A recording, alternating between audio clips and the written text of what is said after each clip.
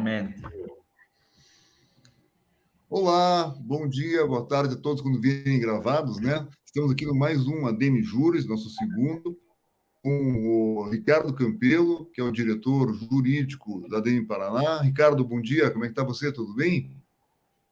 Bom dia, Ricardo. Tudo bem? Prazer estar aqui mais uma vez com você. O Ricardo tem muita experiência, ele tem a parte jurídica de várias associações de incorporadores, a parte imobiliária, tanto no Paraná quanto no Brasil, e com o Ângelo Volpe, que é um cartorário antigo, já tradicionalíssimo em Curitiba, muito bem quisto, tanto como pessoa física como pessoa jurídica, líder do setor aí em várias frentes, né, Ângelo? Bom dia, como é que está você? Tudo bem? Bom dia, tudo bem? Obrigado pelo convite aí, o assunto realmente é muito interessante aí. Legal. Então, hoje vamos falar sobre a nova lei de cartórios e incorporação, que é a Lei 14.382/2022. A gente fez o primeiro ADM Juros, né, Ricardo? Sobre o projeto de lei, agora... Era a medida provisória. Provisória, medida provisória 1085. E daí mudou muito daquela medida provisória para a lei. Agora, como é que está o contexto disso, Ricardo? Tem algumas mudanças, né? A gente até vai destacar... Aí, depois da conversão em lei, teve alguns trechos que foram vetados pela presidência, então esse foi um processo legislativo bastante entroncado, por isso que é importante a gente mostrar até o que não foi aprovado na conversão da medida provisória em lei e o que foi vetado também pela presidência. É legal, eu li a lei, achei assim que teve alguns avanços, né, Volpe? O que você sentiu, Volpe, para o público em geral, para os incorporadores, que são o nosso público? Quem quiser fazer perguntas, quem está assistindo, fique à vontade de fazer perguntas que a gente vai conduzindo junto com a Ana aqui, que está nos auxiliando. O que você achou, Volpe, do contexto da lei? Olha, eu achei muito boa, como sempre, a gente sempre quer mais, né? Mas o que veio é muito bom. Eu acho que tem algumas notícias alvissareiras aí para a gente do mercado imobiliário. Ela agilizou, né, o serviço do registro de imóveis, ela trouxe algumas maneiras de se resolver as coisas fora do judiciário, como o distrato de compromisso de compra e venda, a questão da adjudicação, né, ou seja, a adjudicação explicando aqui para os leigos que não são do direito, quando você tem um contrato como comprador ou como vendedor e não consegue fazer a escritura definitiva, essa ação chama-se adjudicação compulsória. Isso tinha que se fazer no registro de imóveis, tinha que se fazer no judiciário, e agora dá para fazer direto no registro de imóveis. Então, tanto o comprador quanto o vendedor, o Ricardo vai falar sobre isso. Então, é muito bom. Vamos aproveitar a nossa hora aqui, porque o assunto é bacana. Tem novidades boas. Ótimo. A gente viu que os prazos encurtaram, os custos talvez mudaram também. Ricardo, quer pôr a tua apresentação e tocando aí o roteiro? Aí tu vai batendo papo no meio ali. Hoje eu fico à vontade de comentar quando quiser também. Vamos em frente. Vamos lá. Então, bom, ela é uma lei, né? Essa lei 14.382, que é o resultado da conversão da medida provisória 1085. E houve muitas críticas já desde que a medida provisória saiu, que esse era um tema muito complexo. Na verdade, são vários temas que a medida provisória trata, né? Ela vai tratar, de um lado, de questão registral, de integração dos sistemas virtuais, né, que atendem registros públicos, e vai tratar também de questão direta da incorporação imobiliária, questão sobre concentração dos atos na matrícula, que aí impacta nas due diligence que nós fazemos, né, na verificação da documentação do vendedor, e que isso não deveria ser feito desta forma, né, via medida provisória. Mas isso já é uma prática consagrada no Brasil.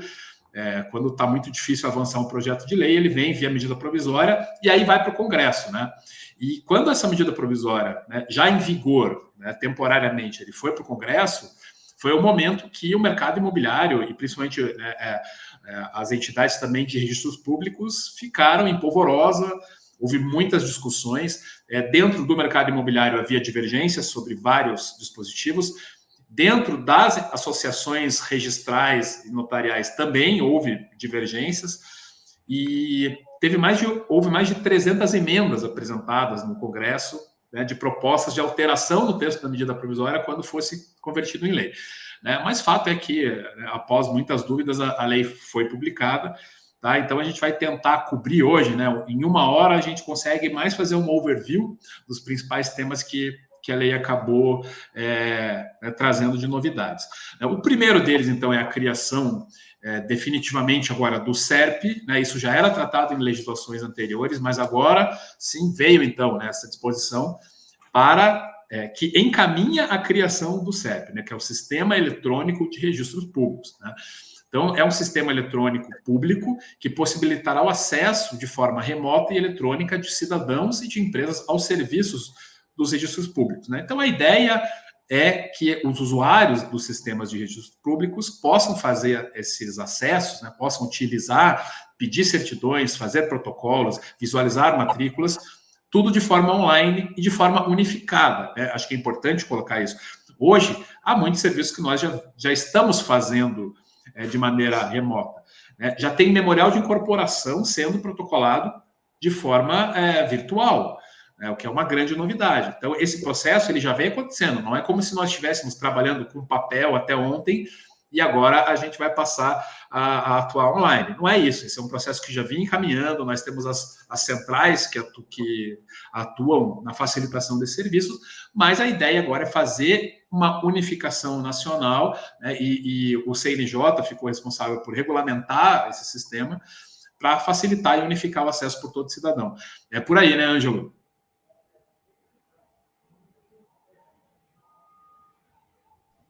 Se o Volpe está me ouvindo, você quer fazer algum comentário? O Ângelo liderou por muitos anos essa digitalização toda, né, Ângelo? Tá, pode abrir o áudio, Ângelo, por gentileza. É verdade. Tá, eu estou com problema tô com problema na comunicação aqui. Será que é o meu? A gente está te ouvindo. O de vocês? A gente está te ouvindo. Ah, é? Estamos te ouvindo, sim. Estamos te vendo e te ouvindo. Ah, então tá bom. É que falhou um pouquinho do Ricardo aqui quando ele falou. A pandemia trouxe essa possibilidade da gente assinar tudo remotamente no cartório, né? Todas as escrituras, até testamento se pode fazer hoje remotamente. E mais recentemente, agora, nós temos uma plataforma de assinatura de documento particular em que nós estamos dando gratuitamente para as partes uma assinatura digital de cartório. Então, também contrato de compra e venda, contrato de locação particular, pode ser feito tudo remoto pelo cartório, né? Temos avanços aí realmente fantásticos. Então, esse é o principal tópico, né? O principal tema da lei. E aí a gente vai entrar um pouco agora também nas peculiaridades, né? Então, houve essa mudança nos prazos também, né? Isso foi algo que animou muito o mercado, animou o pessoal. As certidões, em geral, elas passam a ser fornecidas, né, num prazo máximo pelo registrador e pelo tabelião de 5 dias, e para matrículas, para pedidos de matrícula imobiliárias, é um prazo bem mais curto, que é um prazo de 4 horas, né, claro, 4 horas úteis, e a certidão negativa de ônus de 1 dia, né, e todas essas certidões vão poder ser solicitadas também pelo sistema eletrônico, né, pelo SERP, que é esse Sistema Unificado Público. Então, é o ganho, o pessoal ficou bem animado, né, Volpe? Acho que vai facilitar bastante o dia a dia. Teve uma importância, uma modificação importante aí também no tipo da emissão de certidão. O mercado, os colegas estão entendendo que a certidão de ônus ela ficou meio morta, porque agora eles criaram uma nova certidão, não sei se eu estou me adiantando, se você vai falar disso, Ricardo. Não, pode entrar, pode entrar. É um resumo da matrícula, né? Então, isso. Não vai ser necessário pedir duas certidões, pede inteiro o teor e pede de ônus, né? Vai ser uma certidão só. E esse prazo de 4 horas aí é um sonho de consumo de todo mundo, né? Nem fale. Puxa vida, como a gente sofre com prazos no registro de imóveis. Esse foi um tema que realmente o pessoal gostou muito dessa novidade. E aí, já avançando, então, para as novidades específicas da incorporação imobiliária, né, esse aqui foi um item que animou muito, né, os empresários, aí, os meus clientes gostaram muito dessa novidade aqui, que a gente já tinha tratado na live anterior, esse texto foi mantido, né, não foi mexido. Então, o que mudou? Né? Como que o texto da lei de incorporações, a lei 4591, ela dispunha nesse artigo 32, né? O texto anterior. O incorporador somente poderá negociar as frações ideais de terreno, né, e aí vai além, após o registro do memorial de incorporação e os seus documentos. Então, existia uma regra, uma proibição geral aqui de fazer qualquer tipo de negócio sobre aquelas unidades. E aí o pessoal, a gente sabe, né, que o pessoal às vezes está ali, teve uma prenotação no registro do memorial de incorporação, vai levar mais 30, 60 dias para conseguir o registro, mas eu já estou com o meu plantão ali praticamente pronto, a gente já sabe, tem vários interessados passando, querendo fazer negócio, né? O que eu posso fazer antes do memorial de incorporação, antes desse registro? Pela redação anterior, não podia fazer nada, né? Você não podia fazer nenhum tipo de negócio em cima daquelas unidades. Com a mudança agora, essa expressão negociar virou alienar, ou onerar, né? Ou colocar algum ônus ali. Então, o que eu não posso fazer agora, antes do registro de imóveis, eu, incorporador? Eu não posso alienar, ou seja, eu não posso vender, eu não posso fazer uma promessa de compra e venda, mas eu posso fazer um instrumento de reserva, né, que é o que o pessoal costumava praticar. Então, eu tenho um interessado aqui, eu posso segurar, eu quero amarrar esse cara que quer comprar. Como que eu faço isso? O pessoal fazia termo de reserva, assinava lá uma proposta em que ele estava se comprometendo a fechar o negócio por aquele valor, e eu posso, inclusive, fazer uma opção de compra. Né? Eu posso assinar um documento em que eu dou para esse comprador a opção de comprar pelo valor X, e eu entendo que pode até receber um sinal de negócio, se for o caso. Então, isso facilitou bastante a vida do incorporador nesse período ali, antes do registro do memorial de incorporação. Passando aqui para um outro tema, agora sim a gente teve uma mudança, né? No texto, em relação ao texto que estava na medida provisória, para o texto que virou a lei convertida, né? O texto já convertido em lei. Isso estava dando muita polêmica também. Teve um caso de uma associada da Abrainc, lá em São Paulo, que teve o usuário, ele chegou a entrar, o consumidor ele chegou a entrar com ação judicial. Então, qual que era a disposição que estava na medida provisória? Estava em vigor, né? Era uma obrigação da incorporadora encaminhar aos adquirentes e à comissão de representantes dos adquirentes, a cada 3 meses, a relação dos adquirentes com seus endereços residenciais eletrônicos. Isso aqui é um compartilhamento de dados que a incorporadora estava sendo obrigada a fazer com todo e qualquer adquirente. Isso que a gente sabe que tem uma implicação muito grave em face da Lei Geral de Proteção de Dados, né? Ou seja, esses dados vão acabar vazando e aí a incorporadora hoje já está exposta, né, a tomar processos por estar compartilhando dados. Então, houve muita discussão sobre esse tema e essa expressão ela foi excluída. Então, essa expressão aos adquirentes foi excluída, né? A gente acha que foi um acerto muito grande do Congresso em tirar esse texto, e a incorporadora ela vai ser obrigada a apresentar somente a comissão de representantes, né, que é aquela comissão montada quando se faz o patrimônio de afetação. Para essa comissão, você entrega, sim, esses dados e essa comissão fica responsável pelo controle e tratamento desses dados como se fosse uma empresa normal atendida pela LGPD.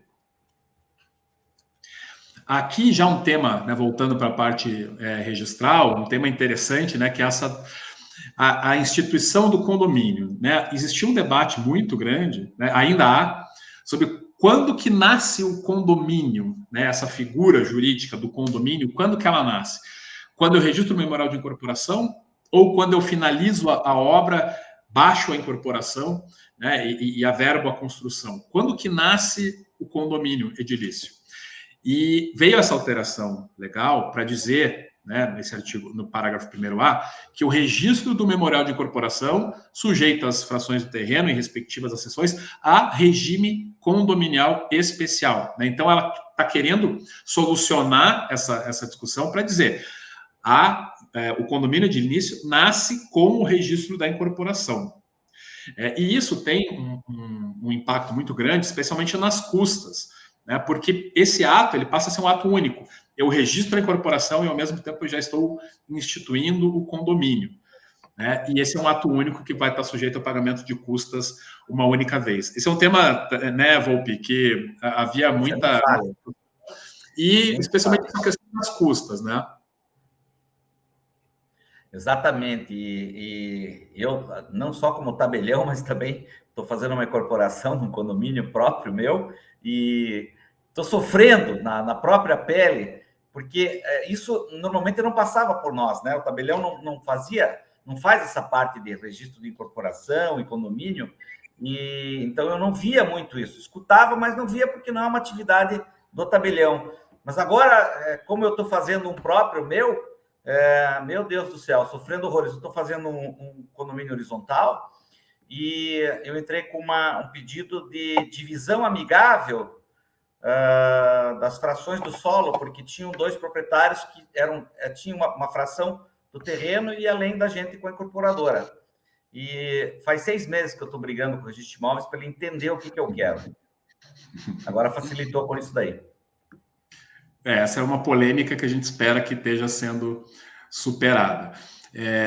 Ainda na parte registral da incorporação, uma mudança importante aqui. Dentre os documentos que o registro de imóveis exige para fazer o registro da incorporação, estava essa linha aqui, que é o atestado de idoneidade financeira fornecido por estabelecimento de crédito, né? Então, a incorporadora ela tinha que ir até um banco, né, até uma instituição financeira para pedir um atestado de idoneidade para apresentar no registro de imóveis.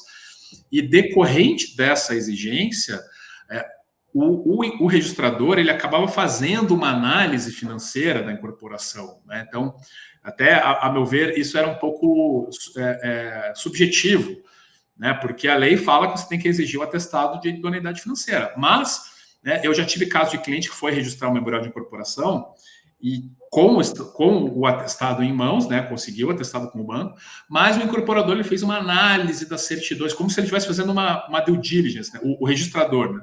Ele fez uma análise, fez uma due diligence da incorporadora e negou o registro e falou assim, você tem muitas ações judiciais aqui contra você, eram ações de comprador, lá de vícios consultivos, você não pode registrar. Então, isso, a nosso ver, é muito ruim, né? Isso traz muita insegurança jurídica. Esperamos que agora, com o afastamento desse documento, né, o registrador não precisa mais exigir esse documento, que isso reduza um pouco essa subjetividade, né, naquilo que o registrador pode exigir. Né? Me parece que é por aí, né, Volpe? Esse tipo de documento que acaba trazendo uma subjetividade, né? E mais uma vez, no meu caso, eu tenho um filho mais novo, ele só tem conta em banco, desses bancos aí, digitais. Eles não sabem nem o que é isso, não fornecem isso. Então foi um problema, uma dificuldade para conseguir, né? Isso aí realmente é uma bobagem, porque se você apresenta todas as suas certidões cíveis, né? Você já está provando a sua idoneidade. Já está por ali, nada melhor do que isso, né? Precisa de um banco para dizer que você tem idoneidade financeira. É uma coisa absurda que demorou para cair, né? A gente sabe que o registrador ele tem esse papel, né, de filtrar, fazer um filtro ali e atestar uma segurança daquele empreendimento, né? Mas eu acho um problema quando isso leva para avaliações subjetivas, né? Já falamos isso em outra oportunidade aqui. Então, acho que essa mudança veio em boa hora. Eu achei que ficou bom aí também, Ricardo, no meu caso, e no caso de quem vende condomínio horizontal, tem um cliente meu que vai ficar com lote e quer dar esse lote em garantia já no banco para pegar uma verba para construir o imóvel lá. Então, acho que isso é interessante também para o pessoal que mexe com horizontal, aí, com condomínio horizontal. Agora vamos entrar aqui num ponto específico dessa parte do horizontal, que é a possibilidade de você fazer incorporação de casas isoladas ou geminadas, né? Deixa eu contextualizar qual que é o problema. Então, nós temos 2 figuras jurídicas de empreendimentos imobiliários, que todos conhecem bem, loteamento e a incorporação, que é um condomínio, né? Então, no loteamento, as ruas são públicas, as áreas, né, comuns, elas são todas públicas, elas não são áreas comuns do empreendimento, né? E no loteamento, eu não podia vender a casa construída, né? Eu, para fazer um loteamento, né, dessa forma, pegar uma gleba maior, parcelar o solo e vender para o consumidor, eu só poderia vender os lotes, né? Para vender as casas, eu precisaria fazer um condomínio. Só que nem sempre o condomínio é viável do ponto de vista urbanístico, né? Porque às vezes eu tenho uma área muito grande, eu tenho que abrir ruas, né? Eu tenho que abrir vias públicas. E aí ficava uma zona cinzenta ali em que o empreendedor ele não conseguia, porque o negócio dele, às vezes, é vender a casa, né? O core business dele é construir casa e vender. E aí ele não conseguia viabilizar o empreendimento. Então, esse artigo 68, eu acho que eu vou deixar mais geral aqui, né, para a gente não perder tanto tempo, mas o que ele quer possibilitar? Ele faz uma mescla desses dois institutos, né? Ele permite que você faça um loteamento, você vai ter que aprovar como loteamento, né? Mas ele possibilita que você agregue uma incorporação imobiliária de casas para vender essas casas durante a construção. Então, o que está nesse artigo 68 aqui, acho que não vem ao caso fazer a leitura, mas é isso, passa a possibilitar, então, que eu faça um parcelamento do solo, né, vai, né, ser demorado como um loteamento, né, tem as desvantagens do loteamento, que a gente sabe que tem, mas traz essa possibilidade. E aí, em vez de vender os lotes, não, eu já quero construir, eu quero agregar valor ao meu produto, né, eu quero construir as casas e vender casa, não quero vender lote, né. Pode fazer a partir de agora, né, registrando um loteamento e uma incorporação ao mesmo tempo aqui. E aí, essa novidade bem interessante, né, Ângelo, que é a adjudicação compulsória extrajudicial. Né, o Volpe trouxe já um pouquinho ali no início, né, do que isso se trata. A gente conhecia a adjudicação compulsória como aquela situação, até a gente tem caso aqui no escritório, né, a pessoa comprou um imóvel lá, fez aquele instrumento particular, e aí não levou a registro, né? Aquele velho problema do comprador que não leva a registro a sua compra. Não levou a registro no sentido assim, não fez nem a escritura, né? Não houve a escritura, ele ficou só com o contrato de gaveta. E aí essa incorporadora, 10 anos depois, ela fechou. Ela não existe mais.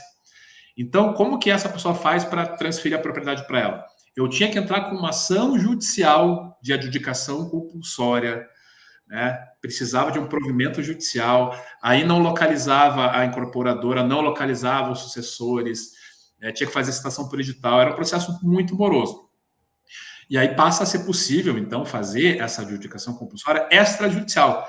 Eu vou no cartório, comprovo que eu fiz o pagamento de todas as prestações e, então, obtenho uma transferência do registro sem precisar de uma ação judicial. E a grande novidade é que passa a ser possível também a adjudicação compulsória extrajudicial reversa, né? Como o Volpe também já comentou.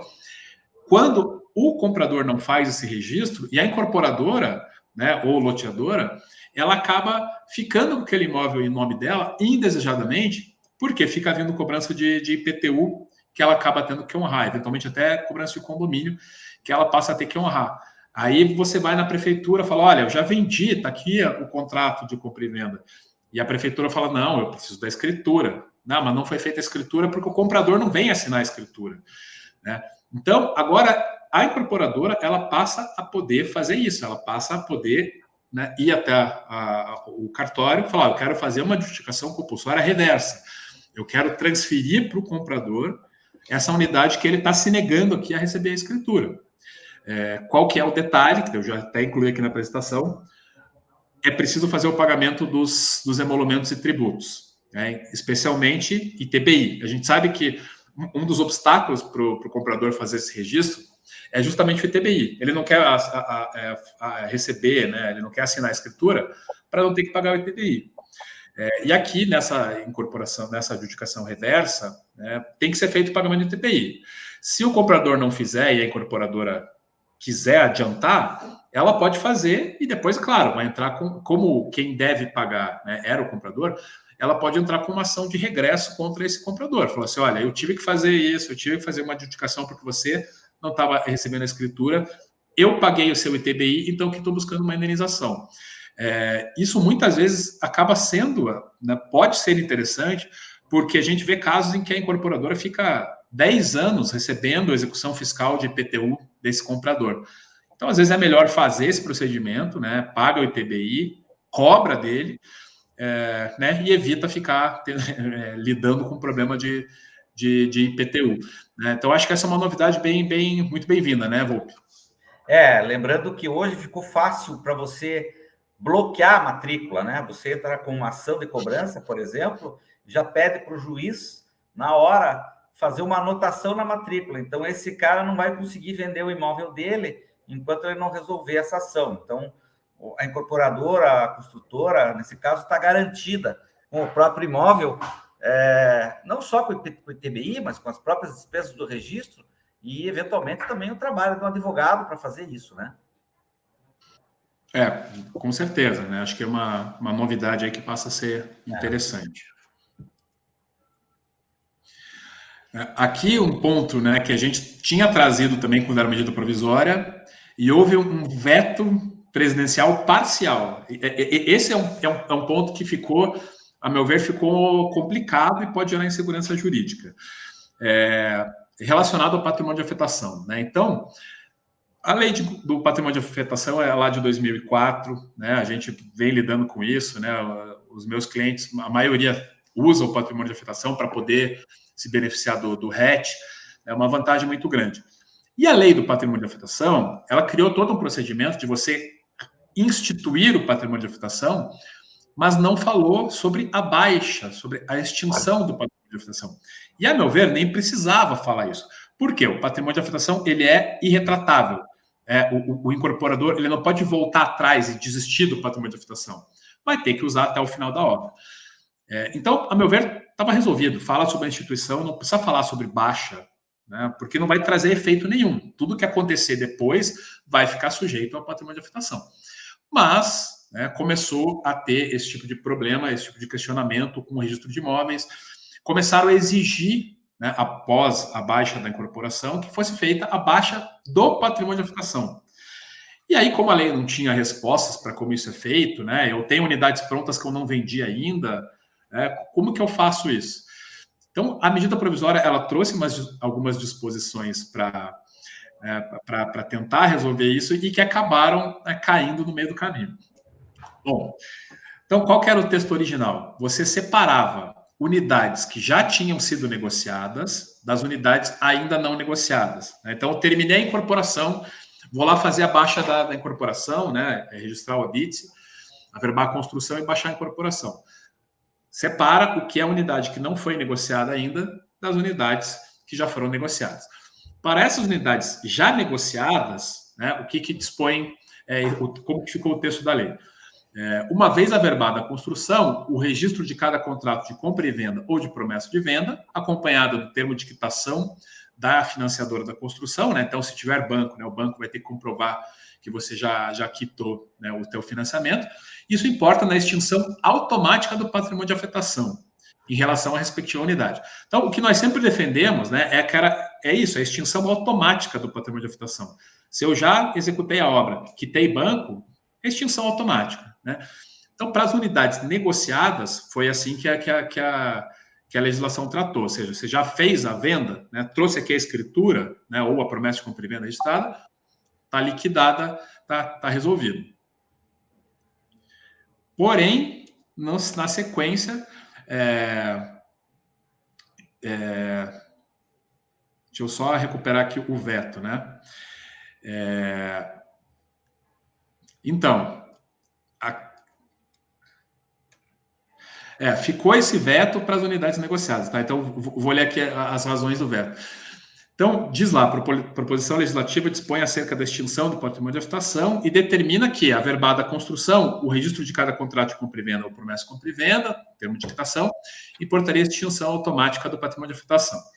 Contudo, apesar da boa intenção do legislador, a medida contraria o interesse público, pois extingue o patrimônio de afetação quando do registro da compra e venda, ou seja, em momento anterior à entrega do imóvel, retirando a competência do incorporador e sua obrigação de entrega pronta, gerando um passivo de indenização por obras inacabadas. A meu ver, uma confusão enorme que foi feita nesse veto aqui. Por quê? Porque a lei do patrimônio de afetação, ela já deixava claro que as obrigações do incorporador, né, que ele fala da entrega, elas vão permanecer. Independente do patrimônio de afetação acabar, a construção está entregue, todas as obrigações permanecem. Então, foi feita essa confusão, agora, né, tem que fazer a extinção formal, e veio esse veto dizendo, não, mas se você fizer a extinção formal do patrimônio de afetação, você está acabando com as obrigações do incorporador. Não era isso, a extinção era só registral, mas houve um veto. né? E o veto foi só sobre essa parte das unidades já vendidas, né? As unidades não vendidas, né, veio essa disposição dizendo então que, né, de novo, quando da extinção integral das obrigações do incorporador perante a instituição financiadora, a afetação das unidades não negociadas será cancelada mediante averbação sem conteúdo financeiro do respectivo termo de quitação na matrícula, né? Então, o que está dizendo a lei? As unidades não negociadas, né, aquelas que o incorporador não vendeu durante a construção, você tem que fazer um termo de baixa do patrimônio de afetação delas, né, que também, a meu ver, é uma bobagem, né, não deveria ter que fazer essa extinção, mas é assim que ficou na lei. Então, tem que ir lá e baixar especificamente a averbação daquela unidade que não foi negociada. E aí, qual que é o problema? Qual que é a discussão que acontece? Né? Como que ficava o RET, né? O que isso impacta no RET, né? No regime especial de tributação.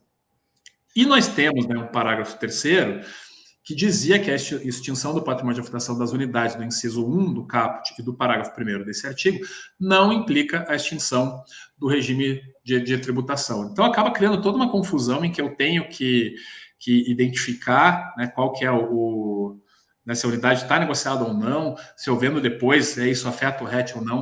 Eu acho que aqui acabou ficando confusa a disposição. Ricardo, posso fazer um pequeno porém aí? Estão ouvindo? O RET, quem está ouvindo, a maioria do incorporador conhece bem, mas o RET, para quem não conhece, é uma vantagem tributária que o incorporador tem ao fazer o patrimônio de afetação, que é uma maneira de garantir, em teoria, que comprar um imóvel na planta vai ter mais segurança jurídica, porque esse patrimônio vai estar destacado do patrimônio do incorporador, e para beneficiar essa garantia, há uma vantagem tributária ao incorporador, que varia se é Minha Casa Minha Vida, ou Casa Verde Amarela, ou não, mas é uma grande vantagem. Então, o incorporador quer sempre ter essa vantagem tributária, que dá uma grande diferença, por isso que ele não quer perder o RET. Só para deixar isso mais claro, pode continuar. Não, bem esclarecido, Ricardo. Né? E até aí, já nessa sequência, né, eu trago... Existiu uma discussão já antiga sobre se o RET ele é válido para as unidades que eu vender depois do habite. Então, eu já terminei a obra, eu não tenho mais incorporação imobiliária, né, porque ela foi baixada, mas eu fiquei com estoque. Né? Eu vou vender essas unidades após o habite.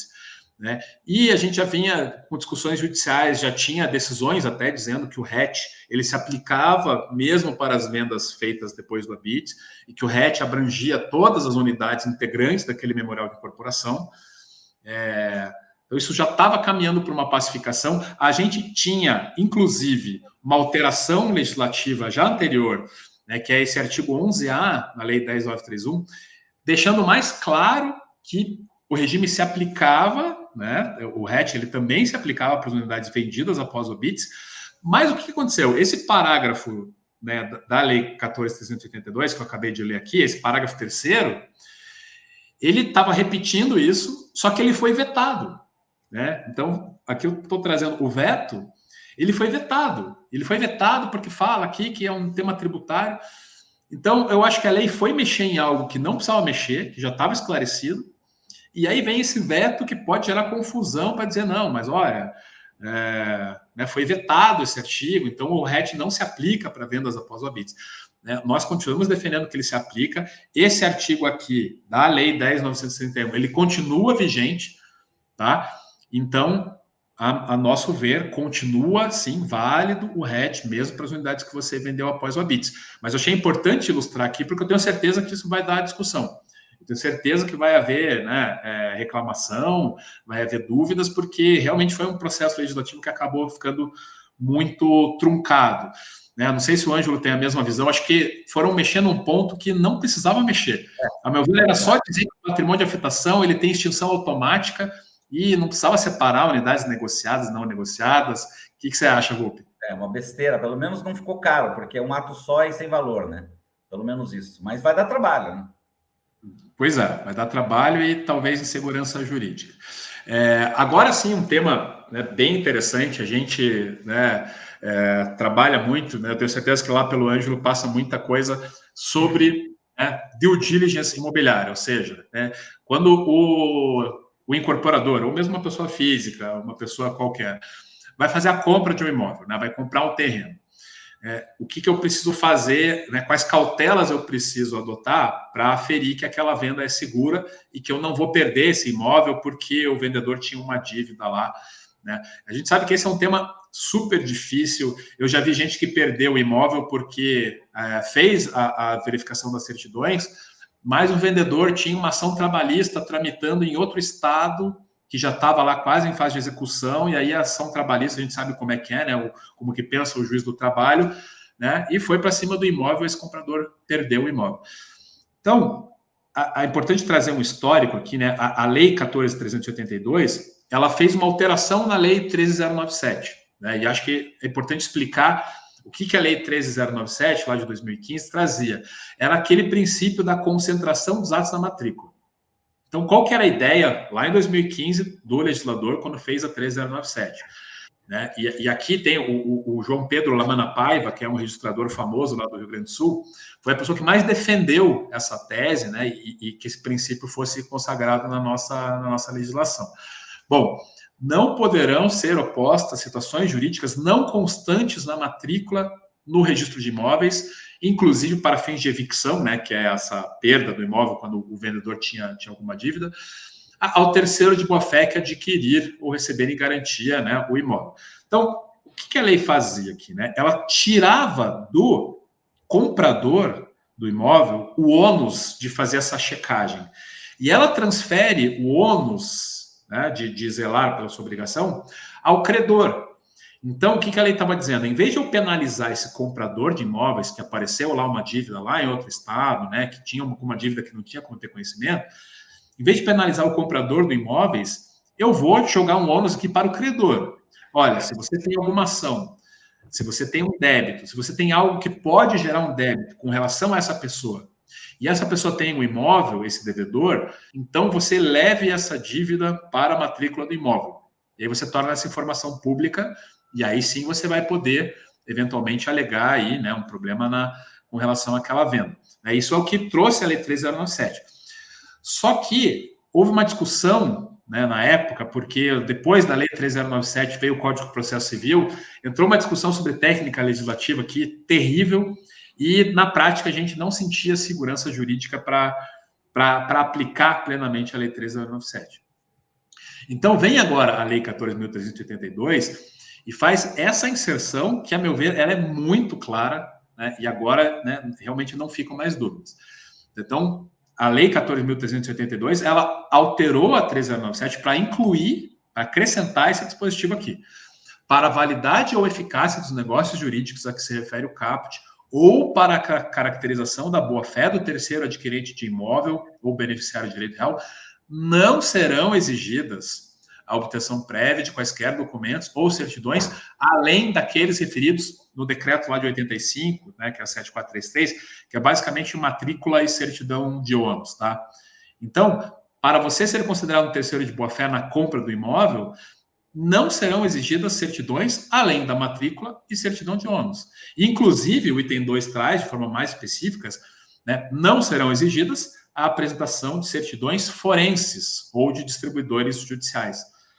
Tá? Então, agora fica muito claro que o comprador, né, para a caracterização dele como terceiro de boa-fé, não são mais exigidas as certidões.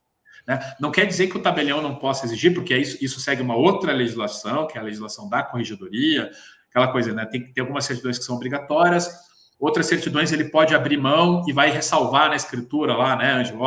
O comprador dispensou a apresentação das certidões. Mas deixa mais claro, então, esse racional agora de trazer o ônus para o credor, né? E evitar, minimizar o número de situações que podem ser afetadas, né, por essa situação de aparecer uma dívida posterior. Né? O que você achou, Ângelo? Bem-vindo aí a esse dispositivo? Sem dúvida, muito bem-vindo. E junto com isso veio também, né, Campelo, uma decisão da STJ dispensando a necessidade de certidões tributárias, né?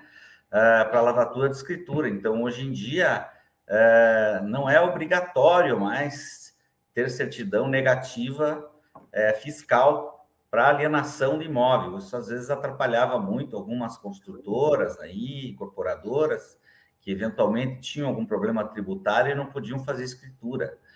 Então, essa decisão, juntamente com esse dispositivo, ela veio facilitar muito o mercado.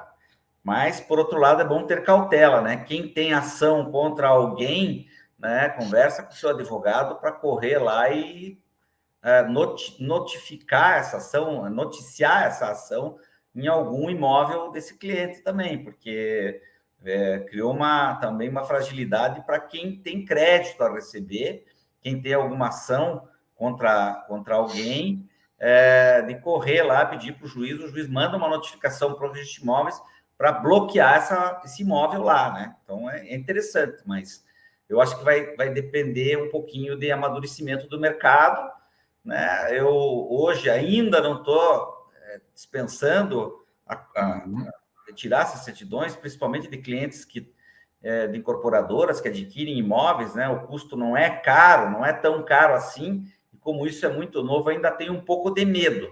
Mas a lei está aí, é para valer. Ou seja, não está na matrícula, não tem ônus. Se na matrícula não tiver ônus nenhum e tirar as certidões do cara e tiver um monte de positiva lá, não interessa, porque ninguém correu e averbou isso na matrícula. Então, eu acho que é uma boa, mas a gente está com um pouquinho de medo ainda. No Brasil, né, a gente tem essas peculiaridades, né? O pessoal fala que no Brasil, pega, né? No Brasil até o passado é incerto, né? Então, claro, vamos acabar com a due diligence imobiliária? Não é isso, né? Eu até, né, já tive alguns clientes que tive conversando sobre essa questão da nova lei, e a minha orientação vamos continuar fazendo o levantamento das certidões forenses, até porque nas certidões de distribuição, você não necessariamente vai encontrar uma dívida, né? Não é só uma dívida que você está buscando. Às vezes você tem uma questão de desapropriação, por exemplo, né? Tem uma ação que vai impactar numa desapropriação. Você tem algum problema ambiental, né? E as questões ambientais, a gente sabe que elas acompanham, né, o imóvel. Se ficar lá um débito ambiental,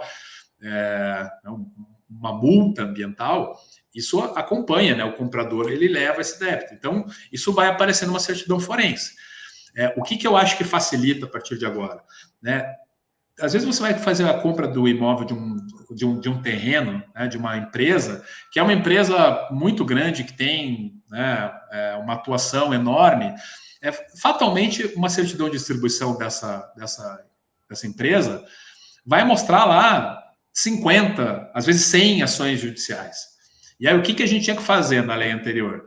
Eu tinha que pegar cada uma dessas ações, identificar o valor da causa, verificar a chance de êxito, né? Pedir certidão de explicativa para saber em que fase estava. Era um trabalho hercúleo, né? Então, embora nesses casos o custo das certidões fosse baixo, né, como o Ângelo bem colocou, o custo jurídico, né, e o tempo que a gente levava para fazer isso era um tempo muito, muito extenso. Então, hoje, eu consigo simplificar, né? Eu vou tentar identificar essas ações ambientais, ações de desapropriação, e essas ações, né, pequenas contra o vendedor, aí eu posso confiar que, aqui está muito claro na lei nova que esse credor aqui ele tinha o ônus de levar essa ação para a matrícula do imóvel. Se ele não levou, né, eu tenho mais tranquilidade para seguir, né, com o negócio, recomendar a compra aqui para a incorporadora, né, sem precisar fazer essa análise tão minuciosa.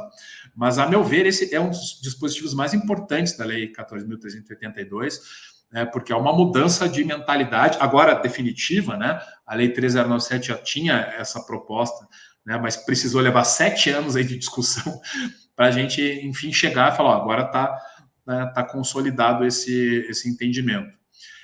Então, a meu ver, sem dúvidas, é um instrumento positivo aqui, né? Aqui eu terminei a apresentação formal, se a Ana quiser já retirar da tela, mas sem dúvidas um dispositivo dos mais relevantes da lei, né, até porque traz uma mudança, né, acho que o Ângelo falou bem, né, vai ter uma acomodação do mercado agora.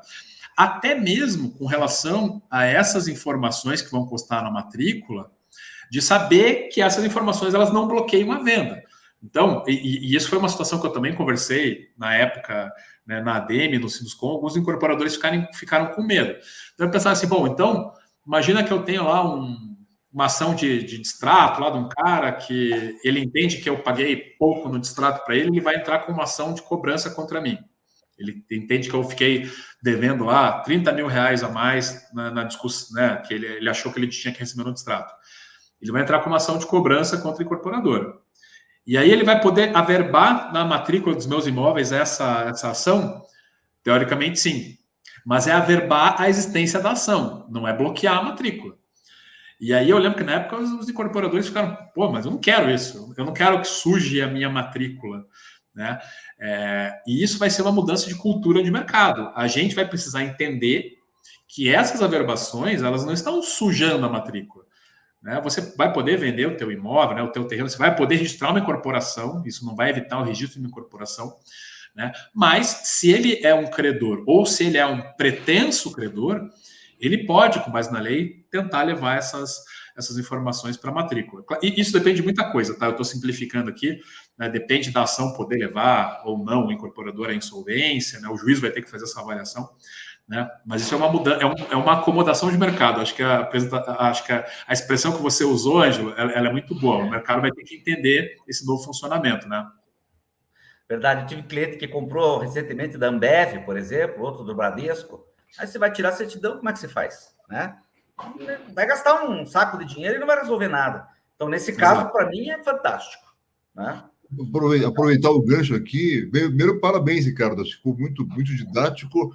Deu para ver claramente a evolução da lei, né, em alguns pontos importantes que estava preocupado lá, da lei de proteção de dados das pessoas, essa parte do direito também. Mas o Ângelo, ele tocou no assunto do distrato. E na nossa você tocou nesse assunto também. Né? Como é que está a história do distrato? Interessante, porque tem um colega meu aqui, o Francisco Nobre, registrador de Piraquara, que ele escreveu o artigo O Elefante que Ninguém Viu, e é realmente, né? Passou ali, ninguém viu. Então, é o seguinte, a questão da venda por compromisso de compra e venda. Então, muita gente faz alienação fiduciária, mas a alienação fiduciária, a gente sabe que não é tão simples, tem que fazer leilão, é meio chatinho e tal, então, nem sempre é uma solução boa. Para quem fizer usar instrumento particular de compra e venda, de compromisso de compra e venda, ou até nas escrituras públicas, cláusula resolutiva, a gente acha que vai dar para aplicar analogicamente isso, porque antigamente você precisava executar isso na justiça. Então, você vendia um imóvel por instrumento particular e esse cliente parava de pagar, oficialmente você teria que, para limpar isso na tua venda, entrar com uma ação na justiça para dar baixa nesse contrato, né, para rescindir esse compromisso de compra e venda. Então, agora o artigo 255A, né, da Lei 6.015, que é a Lei de Registro de Imóveis, permite que o vendedor registre esse contrato no cartório de registro de imóveis e o cartório de registro de imóveis vai notificar o comprador que no prazo de 30 dias vai poder pugnar o pagamento, ou seja, depositar o valor no cartório de registro de imóveis. É uma super de uma novidade, isso não existia, né?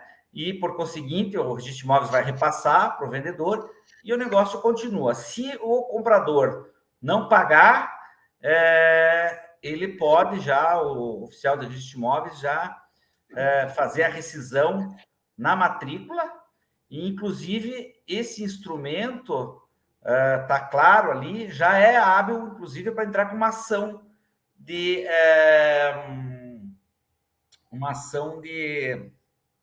posse, como é que chama, Ricardo? Me ajuda aí. Integração de posse. Integração de posse, né? Então, bem interessante, uma novidade bacana aí, que realmente passou meio batido aí por todo mundo. A gente assistiu tudo que é live que a agenda permitiu e ninguém falou desse assunto, mas é um assunto super importante. Até o César Bufara, que me passou isso, eu também não tinha visto, ele deve estar assistindo aqui. e ele trabalha muito com loteamento, então no caso dele é super importante, né? Porque o que acontecia também muitas vezes na prática? O pessoal vende por contrato particular, um lote e tal, e aí aquele cliente desaparece, some, e ele fica, putz, na dúvida, né? Complicado, daqui a pouco ele vai vender para outro, aparece um maluco lá e fala, não, peraí, eu tinha um contrato aqui, não paguei, você não me notificou, não me achou, agora não, agora ficou fácil, manda para o Registro Imóveis, registra lá no cartório, Registro Imóveis, e o Registro Imóveis faz esse procedimento. Muito importante, então, nesses contratos de compra e venda, anotar o endereço do cliente. Inclusive, eu entendo possível, perfeitamente possível, que esse cliente declare o domicílio eletrônico dele, ou seja, o e-mail, né? Tem empregado isso há muito tempo, não só em contrato de compra e venda, mas em contrato de locação, e no geral em qualquer contrato aí, porque a gente sabe que é uma dificuldade, muitas vezes, localizar alguém no Brasil, um oficial de justiça, ou mesmo por títulos de documentos, notificar essa pessoa deixar claro, né, colocar isso no contrato de compra e venda muito claro, que ele tem um domicílio eletrônico, é possível e legal, tanto é que todos nós temos um domicílio fiscal eletrônico pela Receita Federal. Por que nós não podemos ter um domicílio eletrônico? Ou seja, aonde eu encontro essa pessoa no universo digital? Através do e-mail dele. Então, nesse caso, bastaria um e-mail a esse cliente para estar sendo notificado da mora, né, em pagamento e, consequentemente, o cancelamento. Não sei o que você acha disso, Ricardo. Eu queria comentar bem esse tópico, que ele é interessante. Traz um mecanismo, sem dúvidas, muito interessante. Numa primeira leitura, parece que resolveu a nossa vida aí com relação ao distrato, né? A relação a esse promitente e comprador que não comprou. Então, vamos pensar no cenário. Você citou o cenário aí do Bufara, da Paraíso, né? Então, ele vende os lotes, faz o contrato particular e o comprador ele pode registrar esse compromisso de compra e venda lá na matrícula. Se ele deixa de pagar, atualmente, o que a empresa, né, a loteadora aí precisava fazer? Precisava entrar com uma ação judicial para cancelar essa venda, para rescindir essa venda e obter o cancelamento da matrícula daquele compromisso de compra e venda. E aí a lei permitiu esse sistema, né, que funciona como alienação fiduciária, ou seja, né, então eu, loteadora, eu estou com o meu comprador sem pagar, eu faço a notificação por ele via registro de imóveis, pague, que senão eu vou cancelar teu compromisso aqui. O cara não pagou, o registro de imóveis cancela o compromisso de compra e venda. Como que eu já vi algumas interpretações sobre esse dispositivo. Então, o que esse pessoal está interpretando? Não, você está cancelando apenas o registro do compromisso de compra e venda. Mas você não... Até porque isso está na lei de registros públicos. Mas você não está efetivamente rescindindo aquele negócio. Você não está livre daquele comprador em absoluto. Né? E eu confesso que eu tenho um pouco de dificuldade de imaginar o judiciário, né, protecionista do consumidor aplicando simplesmente assim, não, né? Está cancelado o registro do compromisso com pré-venda, então já está cancelado esse negócio, você pode fazer, né, ter uma reintegração de posse em favor da incorporadora. Né? Mas só de poder fazer já o cancelamento do registro do compromisso com pré-venda, né, isso é pacífico, eu acho que já é uma novidade bastante positiva, porque o incorporador, né, o loteador, ele fica com a matrícula travada daquela unidade. Então o cara não está pagando, né? Às vezes você pode estar até falando de uma incorporação na planta, né? O comprador pagou o sinal de negócio, ele não pagou o resto, mas registrou na matrícula. Né? O que eu faço? Como é que eu tiro esse cara daqui? Bom, então agora eu posso fazer esse procedimento, ele tem que pagar via cartório, se não pagar, eu cancelo o registro da promessa de compra e venda dele. E aí eu posso recolocar essa unidade para venda, né? Posso colocar para venda para terceiro. Se o comprador vai dar como ação, vai discutir, vai querer brigar, vai falar sobre, né, discutir percentual de devolução, essas coisas, é uma outra história, mas eu consigo liberar aquela matrícula. Acho que só por isso já é muito positivo. Assim, o pessoal do registro de imóveis, no geral, está entendendo que vai cumprir sem nenhum problema, ou seja, vai ser cancelado. Mas realmente tem uma questão, você não pode ficar com todo o dinheiro do vendedor, do comprador, né? Então você vai ter que negociar alguma coisa porque se sabe que não é justo ficar com tudo. Há um entendimento aí que em torno de 20% é razoável, né, Ricardo? Então, hoje tem a lei, né? A lei 4591, hoje, com as alterações da 13786, ela já diz os percentuais. Mas a gente sabe que o pessoal discute a própria lei, né? A lei autoriza até 50% de retenção quando tem patrimônio de habitação, e o pessoal está entrando com ações, em alguns casos ganhando sentenças, dizendo que a lei não vale, dizendo que o que a lei trouxe não vale. Então, é um tema bem... assim, a interpretação do Nobre, eu respeito muito ele, é que ela coloca de lado a lei do distrato, né? Ela tirou a lei do distrato desse sistema. Vamos ver o que vai dar, hein? É uma novidade interessante, vamos aguardar um pouquinho, mas eu assim... para a gente aprofundar bem, né? O Francisco é um grande doutrinador, né? Super... eu acho que vale a pena... Muito bom, vale a pena a gente pegar esse tema para aprofundar depois. Né? Talvez até fazer uma live específica aí, Ricardo, sobre esse tema.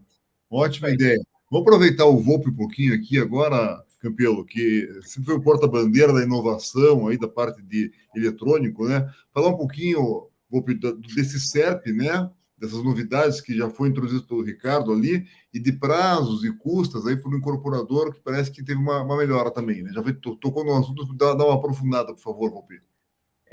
Muito interessante, caíram bastante os prazos para o registro de imóveis, né? Eles tinham aqueles prazos largos aí, de 30 dias, esses prazos ficaram bem justos, vamos ver como é que eles vão se adaptar, mas, enfim, vão ter que cumprir isso. Então, essa é uma novidade aí muito boa para nós, era um anseio do mercado, era um sofrimento para o pessoal do mercado imobiliário e para nós tabeliães, né? Porque a gente tem costume a maioria dos colegas aí, fazer a escritura e mandar para o registro de imóveis, entregar para o cliente pronto, e aí ficava essa cobrança aí. Então, isso ficou mais rápido e ficou mais barato também em vários casos, né? A gente sabe que muitas vezes na hora de registrar uma incorporação ou uma divisão amigável, por exemplo, era cobrado por imóvel, e agora, em vários dispositivos aqui, a previsão é de cobrar como atos gratuitos ou cobrar como um ato só. Então, eu achei que isso foi muito bom para a gente e deve facilitar. Essa questão do SERP é interessante. Já há aqui no Sul uma concentração num único sistema, né, de registro de imóveis. Agora vai ter nacional. Então, vai ser muito interessante, porque quando tiver alguma constrição aí imobiliária, vai direto para o SERP, isso vai abranger o Brasil inteiro. Nós vamos ter um banco de dados nacional de registro de imóveis. Então, isso aí deve demorar um pouquinho. O Brasil, um país de dimensões enormes, de dificuldades enormes, né? Nós temos já de notas e sabemos a dificuldade que é, porque tem lugar que mal tem internet, né? Mas, enfim, acaba abrangendo aí, no mínimo, um bom percentual, em torno de 90% dos registros de imóveis aí vão se adaptar logo. E nós vamos ter uma central nacional aí de registro de imóveis. Ótimo, Volpe. Vou aproveitar, temos umas perguntas aqui. Vou aproveitar, temos uns 3 minutinhos. Queria passar algumas perguntas e depois a palavra para cada um de vocês encerrar aí, tá bom? Então, o Paulo Costa pergunta: e sobre a publicidade antes do RI? Pode ser considerado abusivo por não ter incorporador RI, mesmo com a possibilidade de negociar antes do RI? Artigo 32. Ótima pergunta, Paulo. Né, sobre essa possibilidade que eu coloquei ali, né, que a lei agora ela permite essa negociação de unidades antes do RI. Eu acho que é importante ter cautela, né? Tenho encomendado isso para os clientes, mas não acho um impedimento em fazer. Né? Eu acho que é um primeiro momento da gente ter esse dispositivo novo. É importante a gente ir tateando para ver como que, né, as entidades do consumidor até vão entender sobre isso. O que eu acho agora? Primeiro, eu acho que é importante fazer isso só quando você tiver pelo menos o alvará de construção, né, já tiver o teu memorial de incorporação pronto, para saber que aquelas unidades não vão mudar, né, e aí evitar discussão sobre publicidade enganosa, né. Então, eu divulguei alguma informação e depois alterei, tive que retificar o meu memorial de incorporação, né, tive que, às vezes, mudar o alvará de construção. Então, acho importante ter esse caráter mais definitivo, né. Então, às vezes, estou com o meu memorial de incorporação pronto aqui, estou dando entrada no RI, sei que não vai mudar a característica das unidades, né? Então aí você passa a fazer essas negociações. Com relação à publicidade, acho que tem que manter a mesma cautela de antigamente, né? Então, não fazer folder com o valor das unidades, né? Não fazer uma coisa muito ostensiva, fazer uma publicidade mais discreta, colocar no folder, né? Você não tem o RI, mas você tem a matrícula do imóvel, você tem o número do alvará de construção, coloca no folder essas informações e faz um folder mais discreto, né? Fala ali, pode falar sobre a área do imóvel, né? Algumas características, mas eu acho que é importante ser mais conservador nesse momento. Boa. Aí a Maria Fernanda pergunta: para atos notariais, já é obrigatório inserir o e-mail das partes. Ótima prática ser usada também nos instrumentos particulares que podem estabelecer a forma de notificação entre as partes. Acho que o Volpe já comentou que tem alguma coisa mais a acrescentar, Volpe? Não, é isso mesmo, né? A gente já tem que inserir em escritura e eu acho que é o caminho aí para notificar as pessoas, né? Endereço domicílio digital. Isso é ótimo mesmo. Aí o Paulo Costa tem mais uma perguntinha aqui, Campelo. Considerando a nova redação do artigo 32 e a possibilidade de negociar a unidade imobiliária antes do RI, poderia o incorporador receber algum valor a título de sinal? Eu entendo que sim, só que a gente tem que entender bem que esse negócio ele ainda não é uma compra e venda. Então, você vai receber esse valor, ele não pode ser um sinal de negócio no sentido tradicional de que se aquele comprador não der sequência à negociação, eu vou cobrar, né, eu vou reter o sinal. Por quê? Importante, né, a lei ela não permite que eu faça a alienação, que seria o contrato definitivo. Então, eu posso fazer uma opção, eu posso fazer uma proposta, mas eu posso, né, pegar um adiantamento desse comprador e, eventualmente, até fazer alguma disposição de que eu vou reter uma parte pequena desse valor se ele não pagar. Então, eu entendo que pode sim receber valores, mas eu não posso cobrar lá uns 10% da unidade, por exemplo, e tratar isso como sinal de negócio. Se você não concretizar a sua compra, eu vou reter o seu sinal. Aí eu teria mais cautela, né? Mas pegar ali, né, o pessoal pega milão ali do comprador, falou, milão aqui para fazer uma reserva, para fazer uma opção, eu acho que é lícito e acho que não é abusivo se você, fazendo uma reserva lá, né, que o pessoal fazia, você manteve todas as características da unidade que você prometeu para ele, né? Então você não tem o RI, mas você já fez na promessa, nessa reserva, já colocou para ele ali todas as características da unidade. Não teve nenhuma mudança quando saiu o RI. Então, se ele desistir, eu entendo que é lícito até reter esse valor que ele pagou. Perfeito, muito obrigado. Acho que mais uma pergunta só por causa do horário, né? Da Maria Fernanda aqui. Na prática, quais são os critérios objetivos para avaliar a situação financeira do incorporador? Acho que pode ser para você, Volpe, considerando em especial não ser mais necessária a declaração do banco. Na verdade, eu acho assim, a lei de incorporação, a intenção é boa, né? Mas não garante muita coisa. A gente sabe que grandes construtoras aí que tiveram problemas, que quebraram, infelizmente, tinham incorporação, né? Tinha feito o processo de incorporação. Então, eu acho que a incorporação não serve para muita coisa. Infelizmente, a gente não tem um processo legal que resolve tão fácil assim como incorporação. Nós temos hoje, sim, o sistema de patrimônio da afetação, que é interessante. Então, falando aí como um adquirente de um imóvel na planta, por exemplo, ele tem esses instrumentos que pouca gente usa, que é de acompanhar o andamento da obra, né? Ele tem direito de ver a contabilidade da obra, saber que todo o dinheiro que está entrando ali tem que entrar numa mesma conta, que tudo que está saindo tem que sair daquela conta, ou seja, ele pode contratar um perito, um engenheiro, um contador para acompanhar a obra. Eu acho que para quem é adquirente é o melhor jeito que você tem de se garantir que está saindo o teu empreendimento é esse, né? Independentemente de ter incorporação ou não ter incorporação, eu, se for adquirir um imóvel na planta, eu vou fazer isso, vou acompanhar, de vez em quando até passar lá, dar uma olhadinha e tal, mas claro, vai ter que contratar um engenheiro, pela comissão de representantes, pouca gente faz isso funcionar, mas acho que é um instrumento mais interessante, mais válido, é esse. Ótimo, agradecer as perguntas, a interação aí dos nossos ouvintes, e passar a palavra para finalizar, O Volpe primeiro, eu quero agradecer por você, uma pessoa de um grande expoente nessa área de cartório, de registros e notarial, em Curitiba, sempre uma expressão nacional em relação a tudo isso. Muito bom estar aqui participando com nossos sócios da DEME aqui. Muito obrigado. E passar a palavra para você dar alguma dica ou alguma sugestão aos incorporadores para como fazer uma boa condução dos seus negócios. Eu agora, como eu falei, né, para vocês, eu estou vestindo o sapato do incorporador também, estou sentindo, e realmente é uma dificuldade muito grande, principalmente esse procedimento, esse processo de adquirir um terreno e estudar a viabilidade desse terreno, segurar esse terreno, né, até você saber se realmente vai ser viável, questão ambiental. Tem uma novidadezinha também, que agora a promessa de permuta pode ser registrada no cartório de registro de imóveis. Havia uma dúvida, a maioria dos cartórios não aceitavam o registro da promessa de permuta.